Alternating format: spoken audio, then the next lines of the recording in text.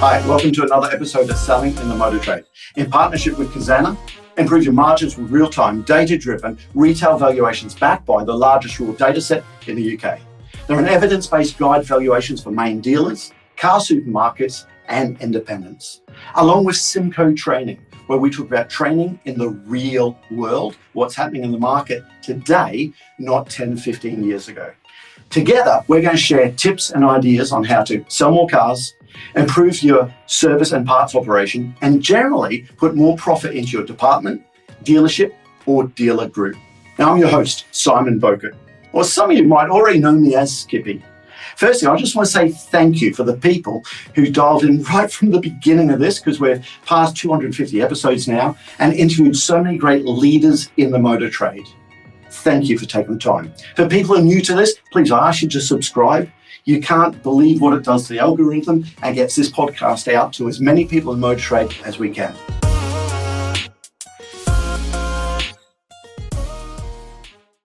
Hi, and welcome to another episode of Selling in the Motor Trade. Today it's my pleasure to welcome Colin McAllister, the Group Training and Development Manager for John Clark Motor Group, and Darren Bedford, the Sales Director for Symco Training. Now, the reason why we're having three of us on this, Colin and myself, we did a podcast for the people who listen to the show, I think about 6 months ago, which was ideas in the sales process, tips and ideas, and it just went down really, really well. And we've had lots of people saying, hey, can you do the same thing in the after sales department, the service and the parts department? So this podcast is one that you're going to want to share with your service advisors, your service managers, people in the dealer group. So firstly, leaves me to say, welcome back, Colin. Hi Simon, hi Dan, how you doing? All good? And welcome back again, Darren. Hi Simon, hi Colin, good to see you. Yeah, good to see you guys. So Colin, I want to start off with, sir, after the pandemic, we know that people are coming back into service departments now on droves, okay? We can't get technicians, service departments seem to be so busy at the moment. Can I ask you, in the John Clark Motor Group, what are you focusing on in the after sales department? A big part of the challenge in after sales just now is with the financial squeeze, people delaying their servicing. So they're putting their servicing off and they're only really coming in if they need diagnostics or they've got a fault or they've got a light on. So the manufacturers that are clever and have a light on that says you need our service, and we get that business in. But we're really having to fight and put our case forward to get people in. So things like service plans, pushing the service plans, building that retention is really important to us because that customer's already paid for their service. So the financial squeeze is not an issue. And they're price protected, so if there's any prices going up, then they're getting them at the previous price agreed when they sign up for the service plan. So we're pushing a lot of service plans, working on retention. And then we're also working a lot on our VHC process. So when the vehicle's in, because people have been putting off their servicing, there's a wee bit more needing done to that car to keep it roadworthy, safe and legal. So we're having to recommend there, and we're making sure that we communicate to a customer in a way that they understand they need it and they accept it. So the technicians and the service advisors are using the same language. The technicians in the video and the service advisors in the call. So the customer's getting that same consistent message. Yeah, there's something there that I just want to run past Darren. I noticed that there's more and more people are just doing diagnosis work and damage to the vehicles and all of that there. Maybe not the service work, okay? In fact, I was in a dealership last week and the lead time's 2 weeks, okay? That's good news, isn't it? Or No, not really. I mean, remember the good old days when we had 3 hours on a service, then probably it was good days where we had 7-week lead times and things. You just need to be really careful. The way I look at it now is that the modern dealership is always going to get the problem cars. You know, if you've got a customer with an issue, it's going to come back to you. If the dealership down the road sold one of your vehicles and they've got a problem, it's going to come back to you. If, you know, a car supermarket sold one of your cars, it's going to come back to you because this is where the expertise lies. Now the issue with that is that work is always going to take your most experienced guy. It's also going to take him a long time potentially to find the issue. Sometimes that's covered by warranty, which probably means he's going to get a lot less in terms of a labour rate. So you have this weird sort of scenario where your most experienced guy is actually likely to be bringing you in smaller amounts of hours and the lowest income. Now we can offer that by balancing it up, by doing the service work, where we can be quick and we can have the efficiencies, and as Colin was alluding to there with the vehicle health check. But if you don't have that, if you just dealt only with the issues that came in, your labour rate would have to be sky high to cope with the cost of the infrastructure that we have.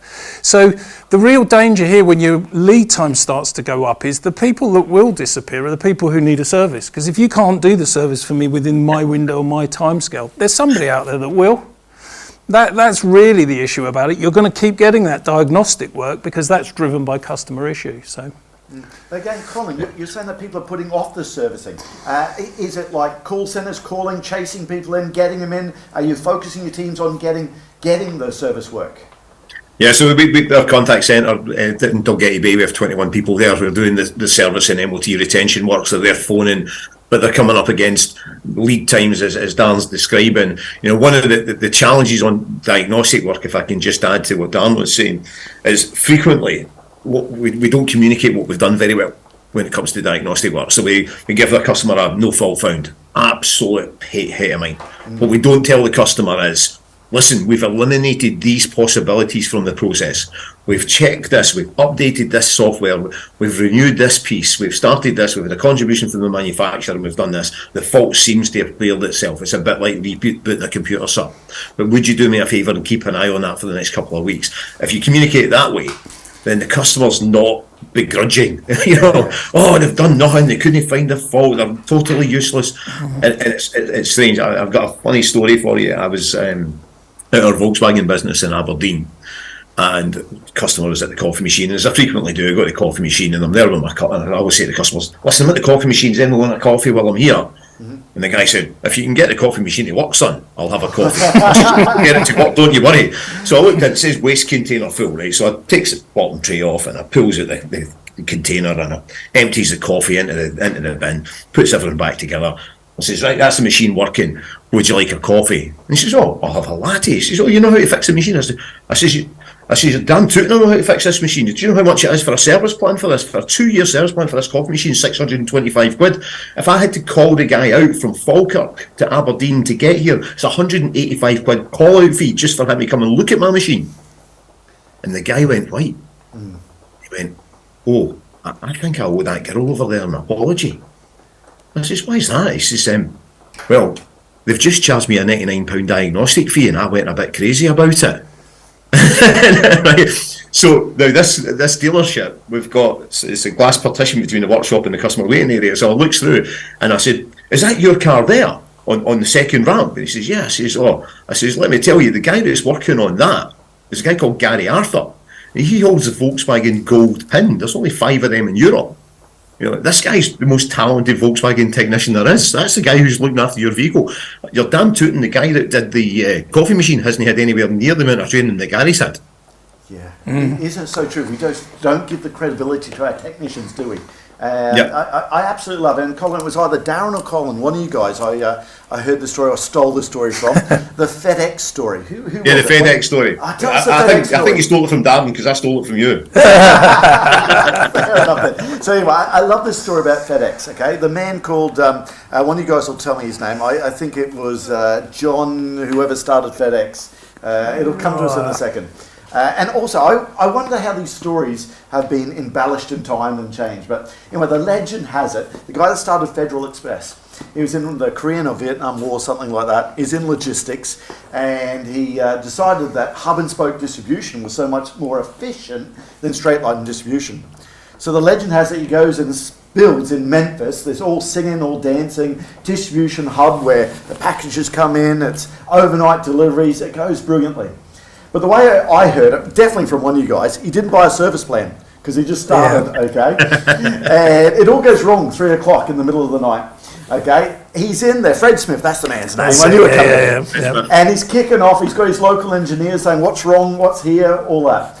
3 o'clock in the morning, the legend has it, he calls the engineer that installed it, okay? The engineer asks a few qualifying questions, pulls out a flat-bladed screwdriver, walks over to the control panel, tightens up a screw 3/4 of a turn tighter, and the whole lot works.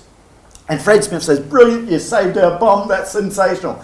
Give me your invoice, I'll get you paid straight away. So of course the legend is, he said, yeah, there you go, there's an invoice for $10,000. Now again, Fred Smith, he's a smart character. He doesn't kick off. He said, oh, can you itemise that for me? I love that. He said, yeah, sure, I can do that. Scribbles on the invoice and hands it back to him. Fred Smith says, yeah, you know what, you're right. Of course, what do you write on the invoice? To turning one screw, $1. For knowing which screw to turn, $9,999. And I just love that story. I'm almost certain I stole that from Colin, but it's our technicians. Our technicians are, you're not selling them for an hour. I hear service advisors all the time out, do you know what our labour rate is? It's extortionate. It's like, no. Do you know, for your technician at Volkswagen dealership, Colin, 5 technicians at his level, how many years did it take him to get there? To be at Master Tech and Plus? He's over 20 years working on vehicles. You know, I'm taking on 36 apprentices, 31st of July, to get those apprentices from the 31st of July to qualified level 3 light vehicle technician. So just a service tech, it's 40 grand. That's exactly right, Colin. All of that investment in the individuals, but that doesn't take into consideration the investment in the specialist tools, the equipment, and all that stuff that we do. One of the things I often use is your mobile phone. How many times you wake up in the morning and you've got software updates to take during the course of a year? If you added that lot up, that's effectively the package that your customer gets when they come in, and we run those software updates. We check it's running the most up-to-date software. And even that point on its own is probably one of the most important, because nobody else can offer that same level of service for your vehicle other than your manufacturer-approved site. Okay, this is for both of you then. The service manager sitting there listening, say, yeah, it's all right for you guys, sit in that lovely studio there, but I can't get technicians. Technicians seem so hard to get. I'm hearing people that are going to Spain to try and get technicians there. What advice do you have for them? Where do we find techs? Can we actually get the service work in? Can we look at the upsell work if we can't get the techs to do it? So I don't know who's going to take that one, but where are we getting techs from, guys? We are struggling to get techs without any doubt whatsoever. We've done sign-on bonuses, so you know we're £2.5 grand sign-on bonus. We've always given all of our colleagues £1,000 for finding a technician. So they get about £500 at the end of the first month, £500 at the end of the probationary period, and we find that those are the ones that stick, because you're not, you know, your technician isn't going to put Mad Malky Fraser, who could have put a nut in a monkey's mouth, into his workshop and try and work with him. He's going to want a really good, sound, solid tech that he can trust, and he knows the quality of his work, and we get a more harmonious workforce. But the future's got to be investing in apprentices and keeping that in apprenticeships going. I've got 113 currently, 22 just about to graduate, and then obviously we've got 36 coming in, and I don't think that's enough. I think we should have been nearer 55, because we need these technicians of the future working on different systems, working with LiDAR and radar, and they're not going to be working with oils and things. That's what they're going to be working with. And you know, the average technician population through the industry is 52 years of age. Wow, 52. 52, yeah. So we need to get that down, and the only way to do it is to invest. We've tried, and I don't know if any other of the podcast listeners have tried this. We've tried to go through, you know, and find ex-military people. We've had, you know, when we found guys that are ex-Army, for example, they've been really good, but it's finding a volume of them. We're not finding enough of those service leavers to fill the gap, and you know, there's a training plan that we need to put to place, and it's about 12 to 15 months to get them to a level 3, but they've got a lot of the core basic skills, and that's been terrific. We have another fast track program we've been doing for people that are car enthusiasts, and putting them through a level 3, working with Bosch. But again, it's a slow burn. It's a 18 month to 2 year program. So like a adult apprenticeship, although there's no funding in Scotland for that, but it gets a technician there that wants to be somebody in later life that said, you know what, I've always wanted to work with cars. So they've got the mindset, they've got the attitude they want to work with there, and we can train them the skills, and we can get them the qualifications, and we can give them a career, which they enjoy. And I've got 5 guys just now on those programs. This brings me on to then something. I was in a service advisor I was speaking to maybe a month ago. He said, but Simon, you know, you're talking about red and amber work, you're talking about the vehicle health checks and all the things we need to do, but the downside is we can't do it. The workshop's rammed because there's not a lot of technicians out there. We just can't do it. Darren, I want to get your view on that. Are we not just too busy for any of this red and amber work, any of the upsell work there to do? It's a good question, because we can be. If we're not booking to the skill level that we have, the availability of those technicians that we have, the time periods that the vehicles are coming into us. There's still a lot of dealerships that will take a vehicle in the morning and give it back in the afternoon.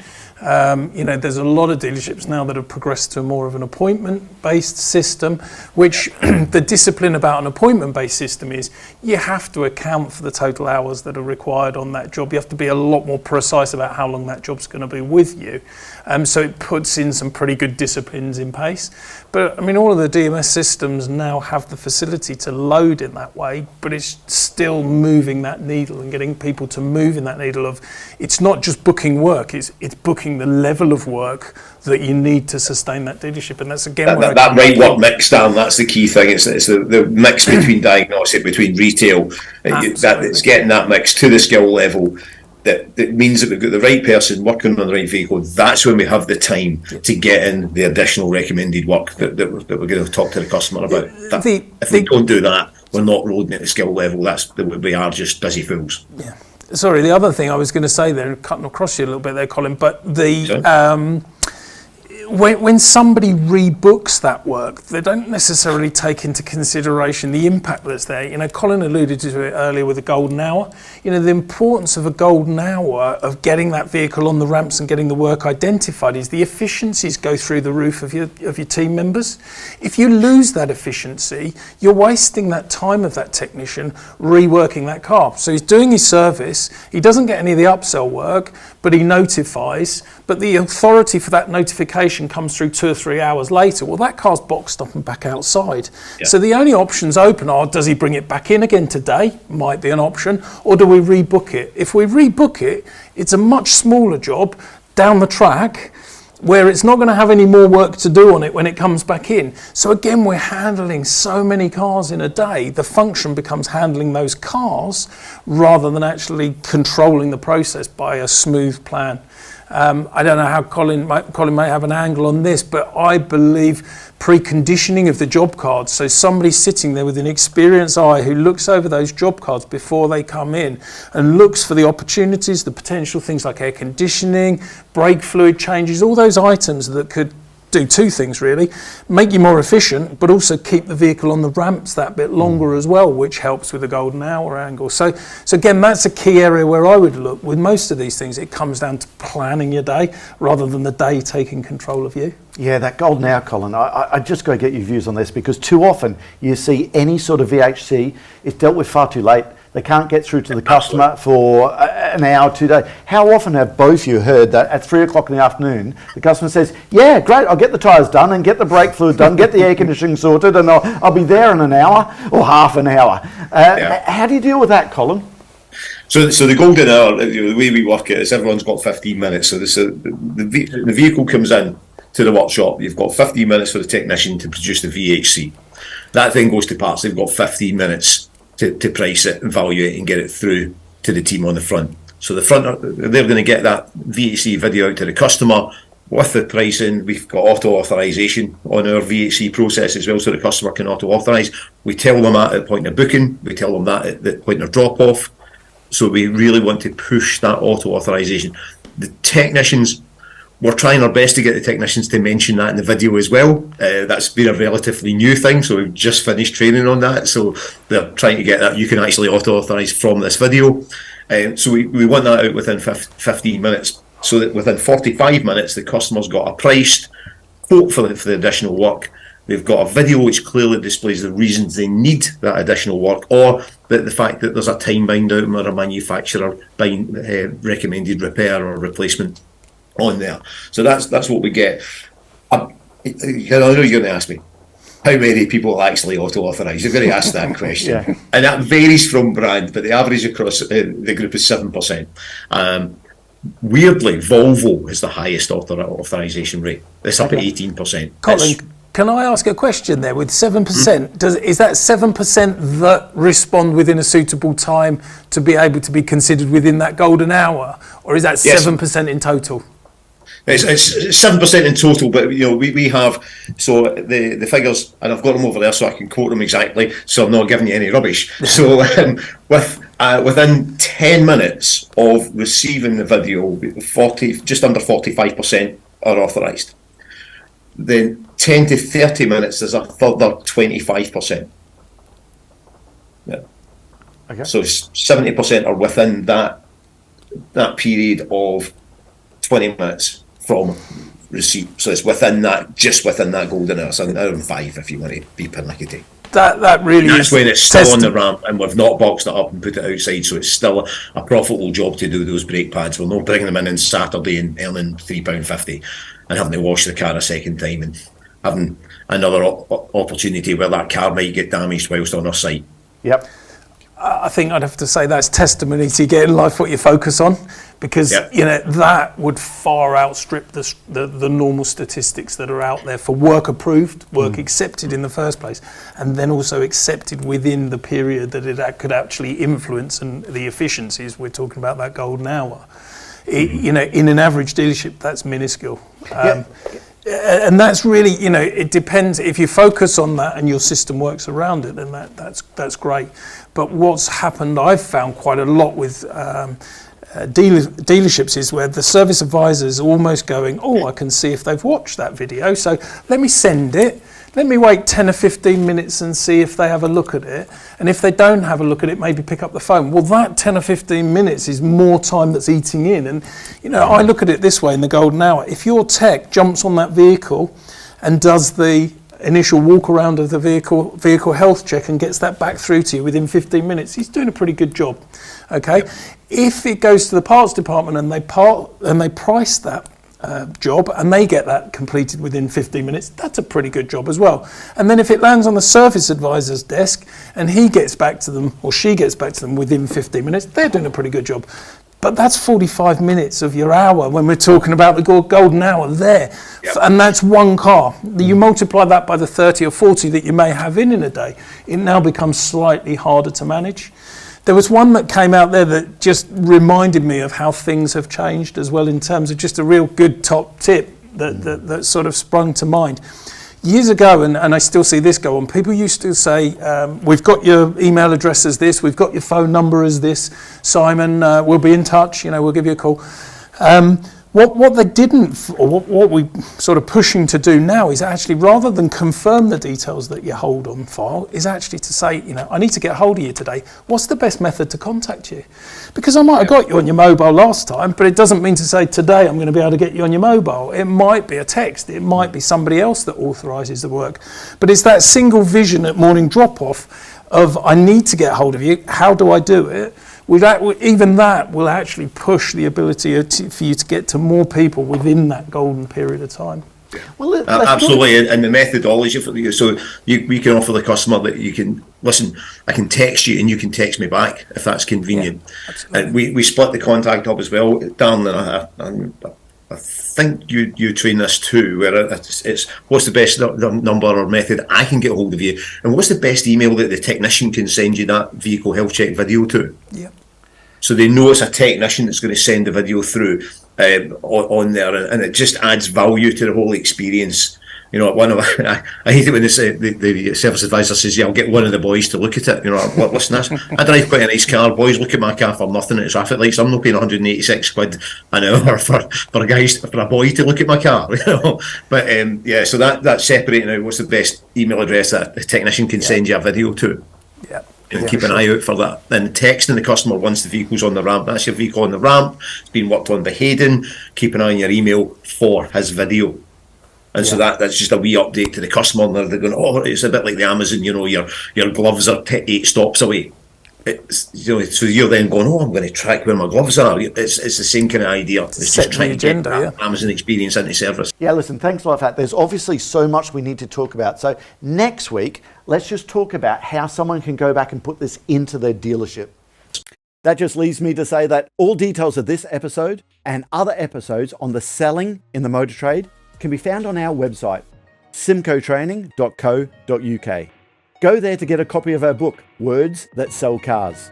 Go there to sign up to a free trial of our Sales Fitness online sales training program. Easiest way to get hold of me is Simon Bowkett through LinkedIn.